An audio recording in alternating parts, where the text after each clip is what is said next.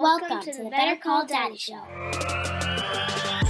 This is Big Daddy. Oh my God, that's hysterical. More stories you are not going to believe. And advice that you didn't know that you needed. 5 stars. 5.5 stars. We're creating a legacy one call at a time. Here comes my daddy. Your problem is that you like me. Papa. My dad is my hero. I'll always be there to take your call, and you'll never be in too much trouble if your dad is around. Oh boy. I think I'm a pretty cool dude. Better Call Daddy. The safe space for controversy. This is your host, Rena Friedman Watts. No, this is your host, Celia Watts. More inspirational stories, more daddy drama, and more laughs. Hey, a lot of these things, I don't know where you're getting them from. It sounds like they're coming from when I look in the mirrors. Damn the public. Damn the public. Today's guest, Ashutosh Garg, should run for president. According to my dad, he would vote for him. He's navigated both the corporate and entrepreneurial spaces and risen to the top. Today, we're going to talk about how he walked away from that, lives a more holistic lifestyle, studies Hindu scriptures, and he's interviewed over 1,200 people on his podcast, A Brand Called You. You guys are in for a treat. He has interviewed the brightest minds around the world. Ashutosh, welcome. Hi, Rena. Hi, good morning. How are you? Very nice. Good to meet you again. Yes, I'm so excited to reconnect with you. This is going to be so much fun. Sure, looking forward to it. I just got back from visiting my 93-year-old grandmother. I watched the video that you did about staying healthy and retirement, and I feel like you gave such good practical knowledge around that. Okay. Wow. I would love to talk about how do you figure out your health later in life? What does that look like? So, health, Rena, is not something which happens overnight. It's an investment we make in ourselves throughout our lives. I know so many people who say that, oh, I'm now going on a diet, I need to lose weight, or I need to get fit, so I'm going to start running, or, I've got to start doing some yoga, or I've got to do something different, or I've got to eat right. Health is something which we need to invest in ourselves throughout our life. And there is no second choice because God has only given us one body. And that body is something that it is our duty to protect it, look after it. Because also we must remember, and I'm sure every one of our viewers and listeners will probably know somebody who did not look after their health and then they suffered. So we cannot let that happen to our body. So it's an ongoing process. Having said that, I think it is also very important to understand that if I am 65 today, I can afford to say that my body should be able to function like a 50-year-old or a 55-year-old. But if I pretend to say that I'm going to be functioning like a 21-year-old, then I'm sorry, my body is going to give up because the body ages. And this is something I tell many people many times, that we must accept aging gracefully. And as we age, we must make sure that whatever our health parameters are, we try and keep them within the norms that are prescribed for our own age group. So therefore, it's a very long-winded answer, Rena, to your question of how do you stay healthy, but it's an ongoing commitment that we make day in and day out to ourselves to make sure that we remain healthy. And there is one other thing that I must mention about health. And this is, I've spent many years running India's second largest chain of pharmacies. I was on the board of Gavi, the Vaccine Alliance, for many, many years. I think it's important for us to understand what our own challenges may be. I've met dozens of people who say, I don't go to get any tests done because I don't want to know. If I go and get a test done, something may suddenly be thrown up and that may be a surprise. And I say, well, you have an opportunity to get tested, to be able to figure out what are the things that may be wrong with you and to correct it, rather than not listen to your body and then suddenly find that, oh my God, the body is given up and has, resulted in some kind of a breakdown on some part of the body. What were your parents' views on health? So my father was a brigadier general. So he was a very, very fit man. And therefore, he encouraged us to remain fit. Having said that, I'm come from India. In India, studying, doing well in academics is always priority for middle class Indian parents. So therefore, while remaining fit is important, sports was not something that was encouraged too much by people of my vintage. Because, we were in a country that was coming out of our independence, and, middle class people were beginning to find the great opportunities. And so therefore, the objective was children must study hard, start working, do well in their careers, etc., while remaining fit. Now, when you talk of me as a parent, I encourage my children to play, to compete, to do whatever else has to be done. A lot of fitness related activities that come out of a decent sports regimen is something which now is coming into a lot of people from South Asia. Yeah, I was also interested in whether your parents were the types of parents that wanted to tell their story, or whether they were the types of parents that wanted to keep it to themselves. You know how some parents are like, you should be modest, or, maybe they were more old fashioned and not wanting to put their business out there. Because you're a podcaster, you're encouraging your children to share their story and their personal brand. What were your parents' thoughts on that? My parents were very clear. They always said to us that my father said, I'm an army officer, so I'm not a businessman, so I'm not going to leave behind a lot of wealth. What I will give you are great values, a great education, and I will make sure that you start off on the right foot in your career. I had an amazing relationship with my father. He passed away when he was 87. 5 years ago. But I used to go and see him. We lived in the same city. I used to have lunch with him 3 or 4 times a week. I used to speak to him every day. And I always called him my closest friend. I would speak to him about everything. And, he would call me about something. And when I was writing my books, he was the first person who would read the manuscript. And then he would critique it. I had a very, very strong relationship with my father. And he always told us, talk about what work you are doing. Because if you're not going to talk about it, nobody else will.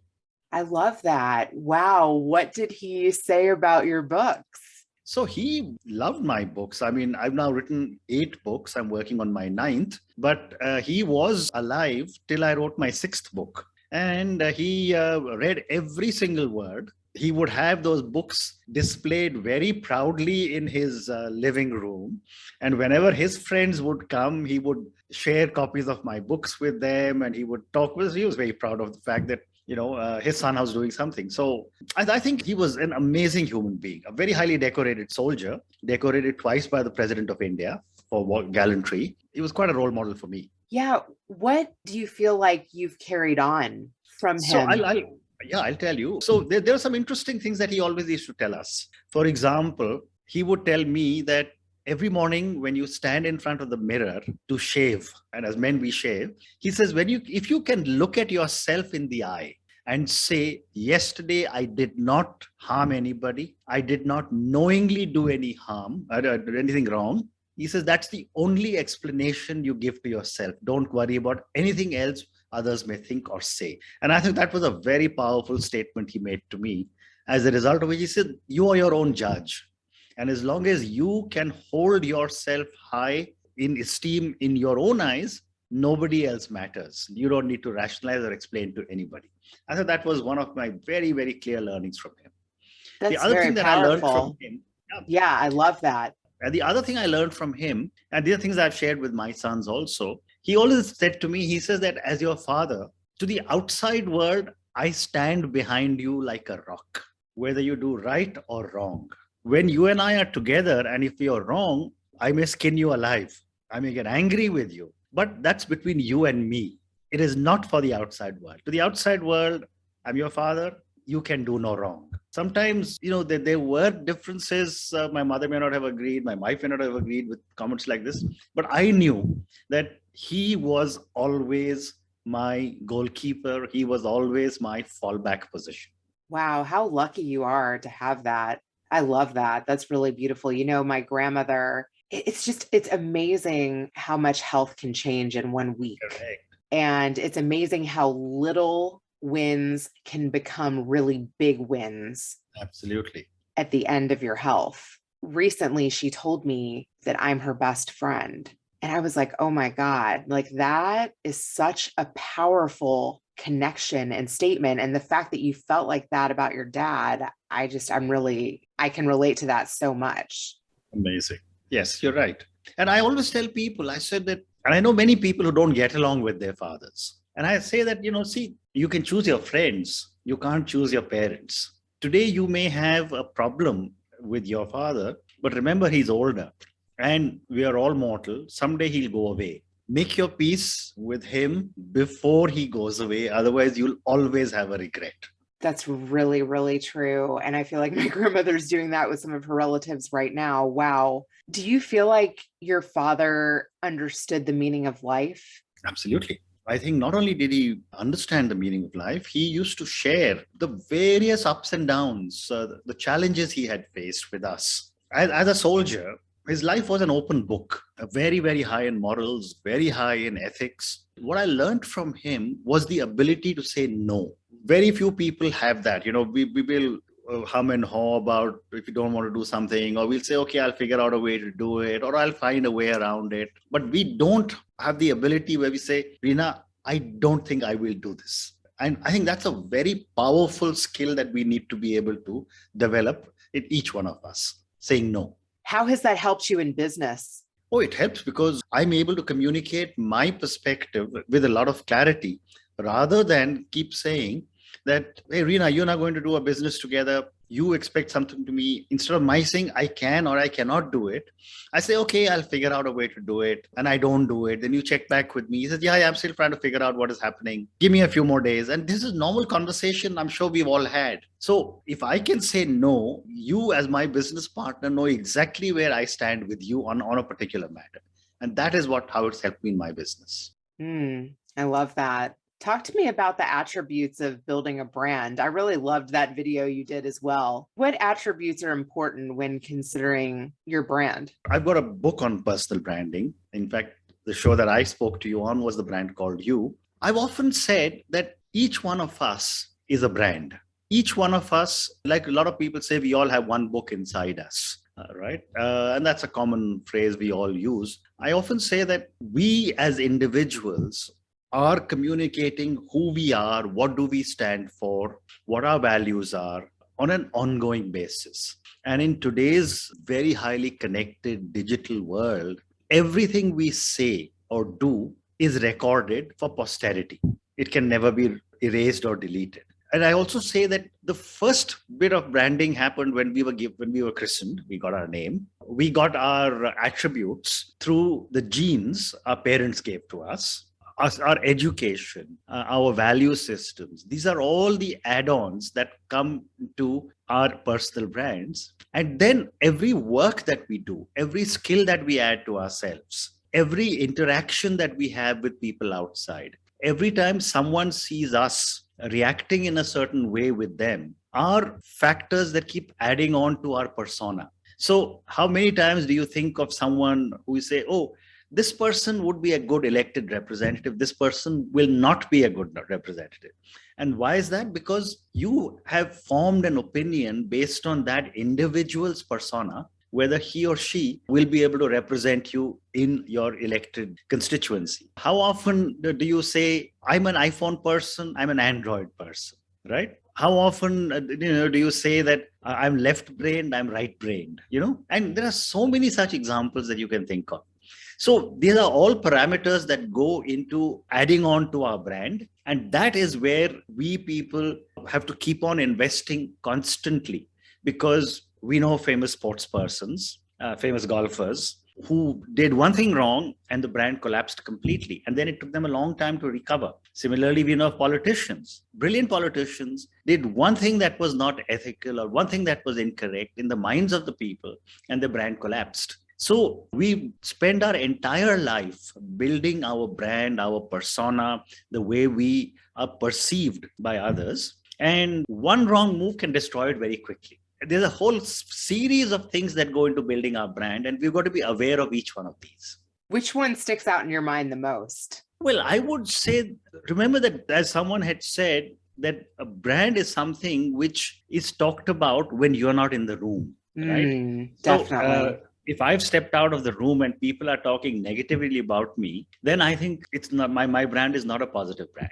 But if I step out of the room and there are 6 other people and saying, oh, this guy's a good guy, and maybe he should be considered for the next promotion, or maybe he's a person who I can trust to do something different for the organization. That's when my brand is getting more powerful and more acceptable. So many aspects are taken into account. I may be a good writer, I may be a good author, I may be a good singer, I may be a musician, and I may be just a good guy, I may be trustworthy, I may be the go-to guy. There are so many different factors that we take into account when people perceive us. Yeah. When do you think you made your parents the most proud? Well, I would say there must be many instances, but because they would always be very effusive about the fact that they were happy with the way things are going. When I got my first promotion, when I was 22 years old, or when I was moved out of India as one of the senior people to go and run a business outside India, or when my parents came outside to visit us for the first time in Singapore when we used to live there, or when I wrote my first book. There were many, many such instances where I think I can say with certainty that my parents and my father and my mother were both very, very proud about. That's wonderful. I'm also curious about your thoughts on prosperity in India and how India is growing today. So India is now in the top 5 economies in the world. We are 1.35 billion people. We are the fastest growing economy this year. We'll grow at 8.2% as per World Bank figures. And by 2030, we will be the 3rd largest economy in the world after the US and China. So the economy is growing. There are huge opportunities. Infrastructure investments are very substantial that are happening. And yet we are a country which is so large that it takes time for us to be able to say, like the US, that there is prosperity in a much larger percentage of the population, because you would say 300 million people and it's a very, very large middle class. We may have 200 million people in the middle class, which may be as large as the US, but that 200 million is out of 1.35 billion. So therefore, we have a long way to go to be able to pull a very large number of people up to higher and higher economic standards. And I think our government and our businesses and industries are working very hard to be able to pull India into not a developed country. I mean, it'll take us many years to reach that stage, but to a stage where a significant amount of the population will be in a position of being able to say that I can aspire to get something that I may not have been able to get in my previous generation. That's wonderful. How have things changed since your childhood? Very significantly, very significantly. When we were growing up, I don't think there was enough available. I mean, we were not aware of what was happening in the world. Something as simple as a telephone wasn't available. I'm 65 years old, so talking of the early 60s. We did not have access to what was happening in the world. We were middle class people. I went overseas for the first time when I was in 85, when I was 26 years old. I had never been out of India till then. Since then, I've traveled to over 85 countries. And, so I think there's a lot of changes that have happened. People like us who are given the right education by our parents, given the right opportunities, I think are the fortunate few who have been able to get very, very massive advantages because of what the government has been able to provide for us. To be fair also to all people of my generation, I think a lot of us took these opportunities with grateful hands and took the ball and ran, So therefore, a lot has changed and a lot will continue to change. And talk to me about how you're giving back now. There are many ways of giving back. I'm involved with some charities. I spent 8 years on the board of Gavi, the Vaccine Alliance, where I gave a month every year pro bono to the board because of the amount of work that Gavi is doing on vaccination, which is now talked about all over the world. I'm now also, through my podcast, I'm giving back knowledge, experience, and wisdom by speaking to, I would have finished by the end of this month, over 1,200 interviews. We get between 8 to 10,000 views and listens every day. 74% of our people are under 34, which really tells me that a lot of young people are beginning to appreciate the knowledge, experience, and wisdom from thousands of people from around the world. And this is just my way of saying that here are opportunities for you to listen to someone like Arena about all the amazing work she has done. You spoke to me, you shared a lot of your journey. And I think there's a lot to learn from every single person's journey. Definitely. Oh my God, that is remarkable. Yeah. So what's next for you? You have this 9th book. What's the 9th book on? Well, the 9th book is something I've been working on India is a very, very old civilization. And we have recorded history, we have recorded books and scriptures that may be going back to about 3000 BC. And, there are so many different topics and subjects that have been spoken about. So I've been reading a lot of our old scriptures, and my book is Management Lessons from Indian Scriptures. What we talk about today is something that have been spoken about in our scriptures 5,000 years ago. Every single thing that we address as human beings in this world, there is an answer to something or the other. And it's like when you read the Bible, very often you just say, let me open one page somewhere to get what may happen to me today, or what may, we do that, with the Bible. So similarly, the Bible is one book that is followed by Christians. We don't have one such book. We have hundreds of different kinds of books available. It is a pluralistic society. It is a society which is able to accept significant variances, differences in the way we approach life, in the way we address life. And therefore, I just thought that it would be a good idea for me to bring some lessons that I'm able to interpret to a large part of the world, which is what I'm working on. Wow, I absolutely love that. What were your parents' views on the scriptures? So my father, as an army officer, was not too aware of these things. I mean, he may have grown up learning a little bit. My mother knew much more. So I was introduced to a lot of the scriptures by my mother. And she would tell us stories when we were young kids. A lot of the scriptures, like most scriptures, are in story form. So therefore, she would narrate different stories. I mean, one of the world's largest poems is a poem called the Mahabharata,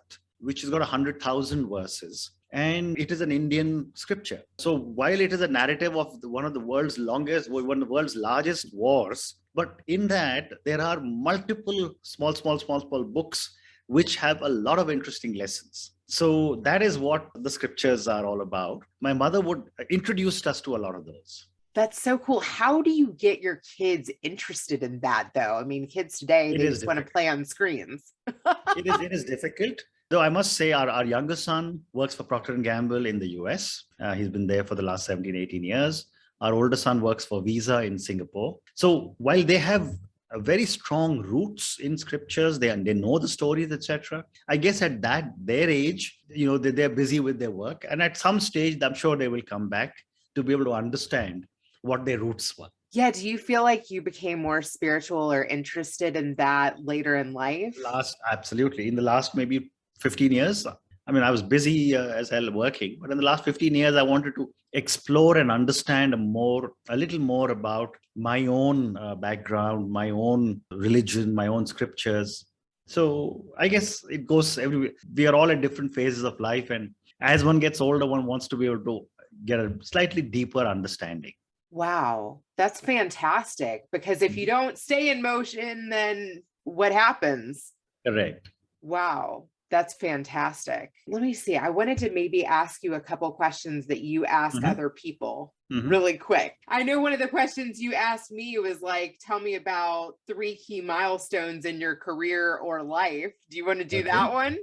Sure, I'll tell you that. So my first milestone was when at 19, when I got into a business school for my MBA in one of the top schools of India. I think that was a life-changing experience for me because suddenly I was thrown into the world, from my undergrad, etc. Where you're always with a small group of people, etc. Now here I was in one of the top business schools, exposed to the corporate world, exposed to whatever else was happening. My second milestone, I would say, was when I gave up corporate life after 25 years when I was 46 and became an entrepreneur. And I built India's second largest chain of pharmacies, which at one stage employed over 1,200 people. So that was a second significant milestone, I would say. And my third milestone would probably be when I wrote my first book, because I always used to write, but writing my first book gave me the confidence to be able to put my thoughts down on a piece of paper.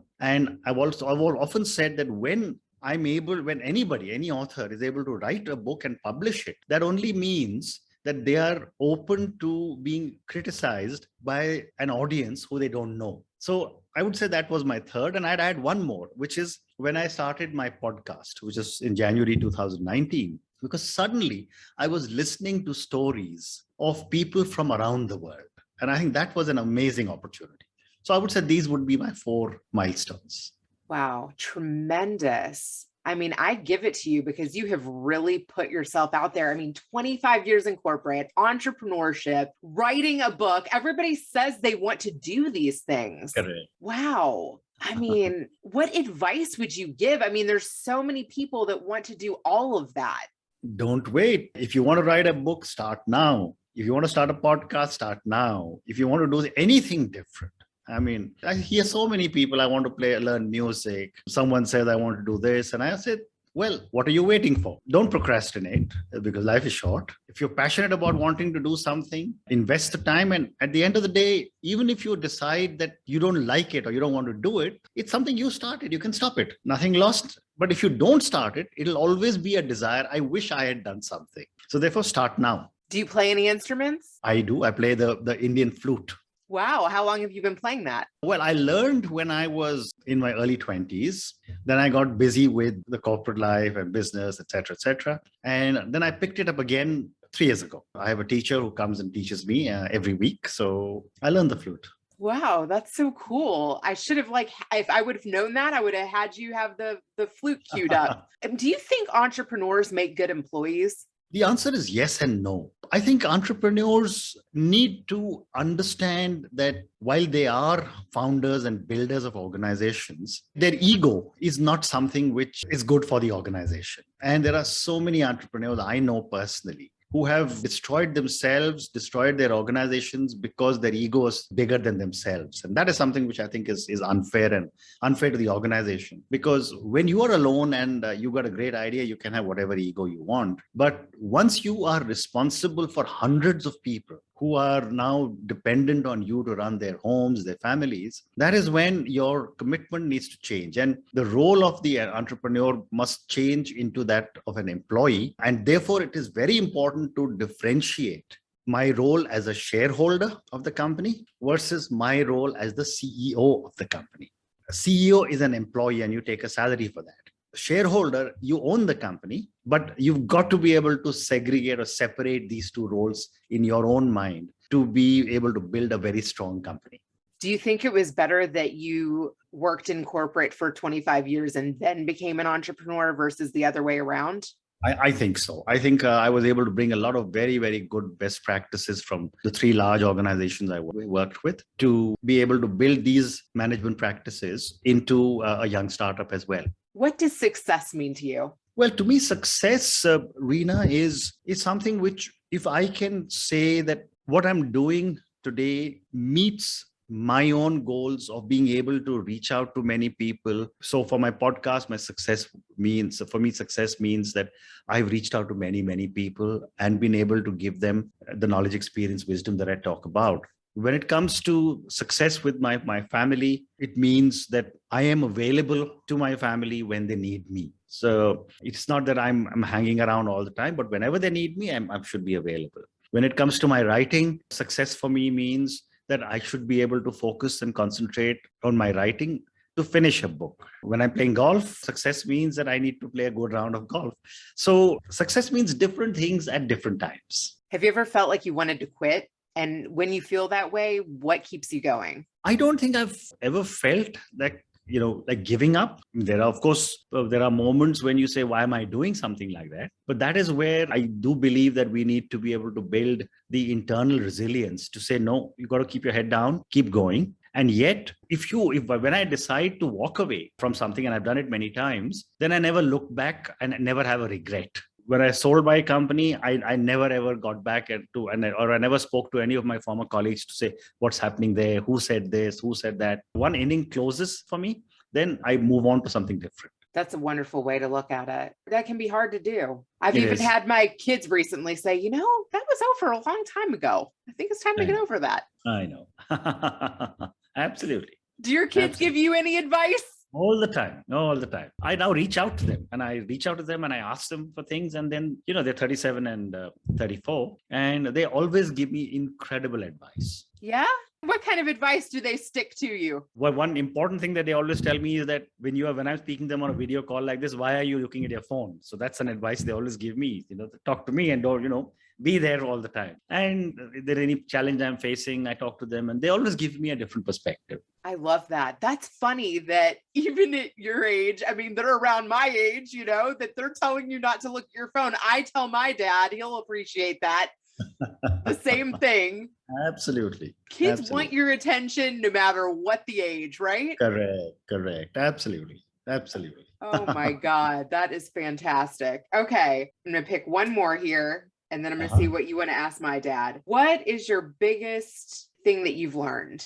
Your biggest mistake and what you've learned from it? So, I think I made many mistakes in my life. In fact, there are so many mistakes that I tell people I've written a book on failure. I would say one big learning for me has been when my expectations from people are ahead of what they are willing to or capable of delivering.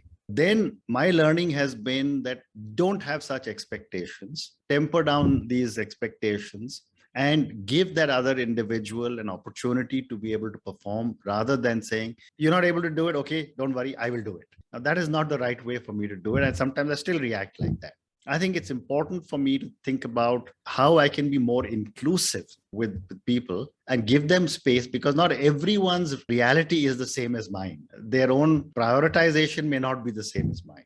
So I think that is one of my big learnings. That's a beautiful lesson, because really we could maybe even get rid of somebody too soon that really was good intentioned and wanted to learn and maybe could have been nurtured better. Correct. Absolutely. Wow, that's really beautiful. Is there anything that you would like to ask my dad? Yeah, well, I did make a note. I don't know him, but I really wanted to ask him that young people are not reading enough. I would love to get his perspective. I mean, they're all focused entirely on social media and the messages that they're getting, and they're forming opinions. So I want to ask him that because they're not reading enough, how will this impact their long-term worldview of what will happen in future?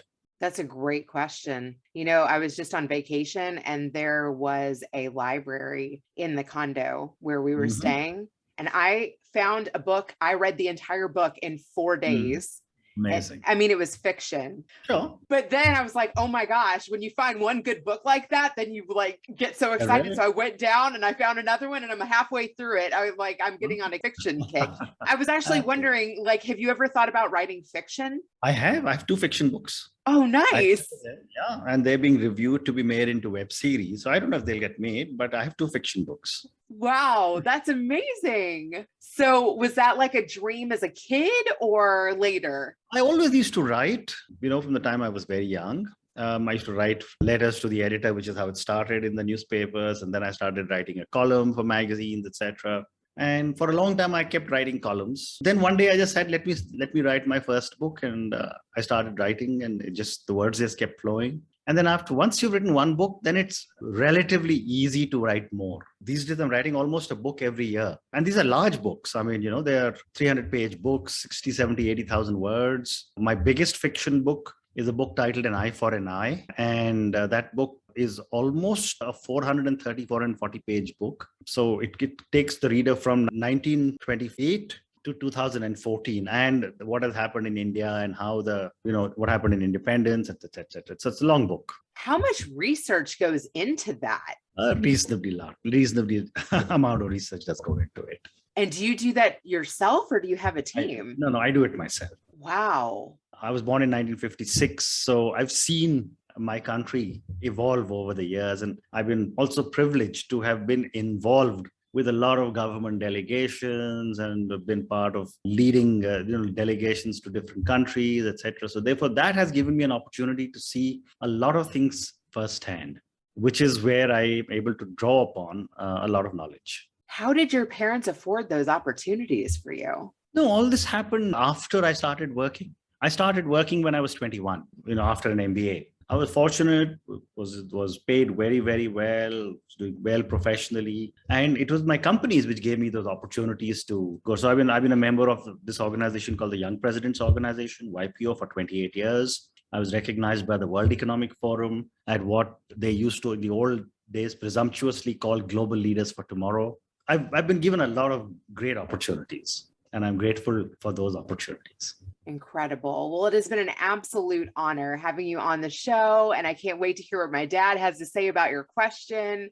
And I just hope that we keep in touch. And I look forward to that. I want to read your fiction. That sounds amazing. Yeah, I look forward to keeping in touch. And thank you for inviting me to your amazing podcast, Better Call Daddy. Yay.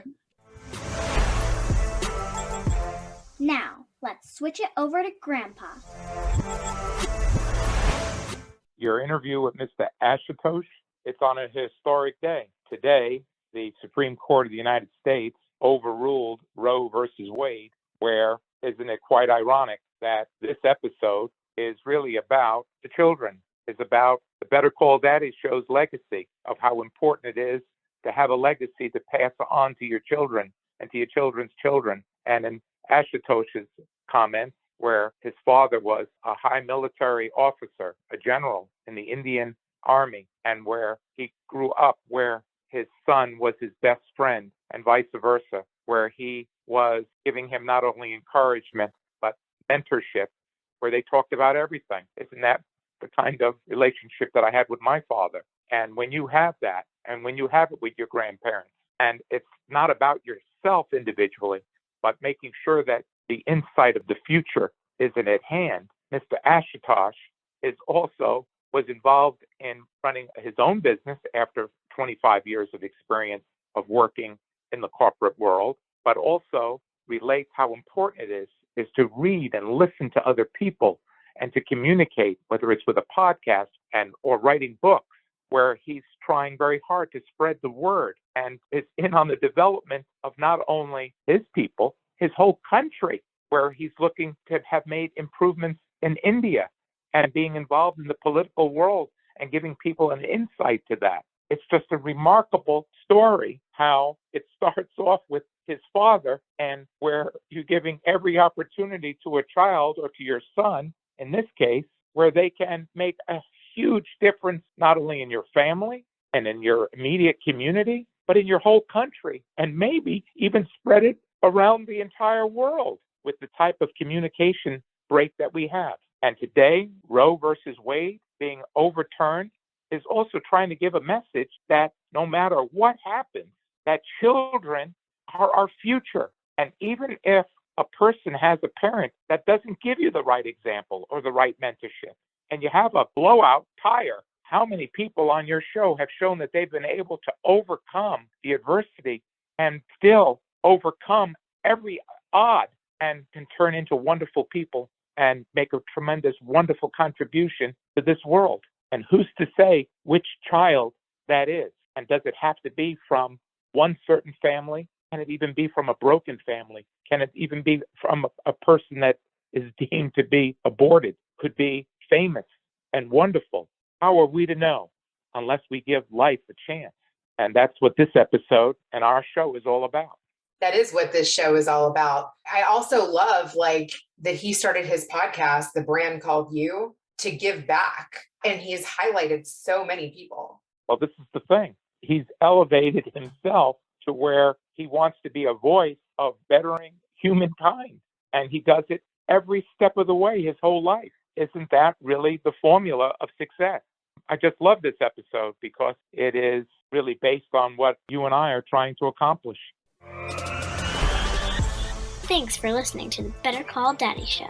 Now you can subscribe on Apple Podcasts, Google Play, Spotify, iHeartRadio, and TuneIn. If you've enjoyed this episode of the Better Call Daddy Show, please feel free to review it at ratethispodcast.com/BetterCallDaddy. Add Better Call Daddy Podcast on IG, at Rena Friedman Watts on LinkedIn.com.